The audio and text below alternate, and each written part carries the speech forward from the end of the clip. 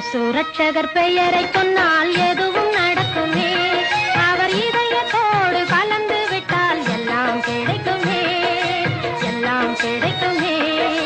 எதையும் தாங்கும் சகிப்புத்தன்மை வேண்டும் என்றவர் இயேசு, எதையும் தாங்கும் சகிப்புத்தன்மை வேண்டும் என்றவர் இயேசு. நம் எல்லோருக்கும் இறைவனாக விளங்குகின்றவர் இயேசு, நம் எல்லோருக்கும் இறைவனாக விளங்குகின்றவர் இயேசு. இயேசு ரட்சகர் பெயரை சொன்னால் எது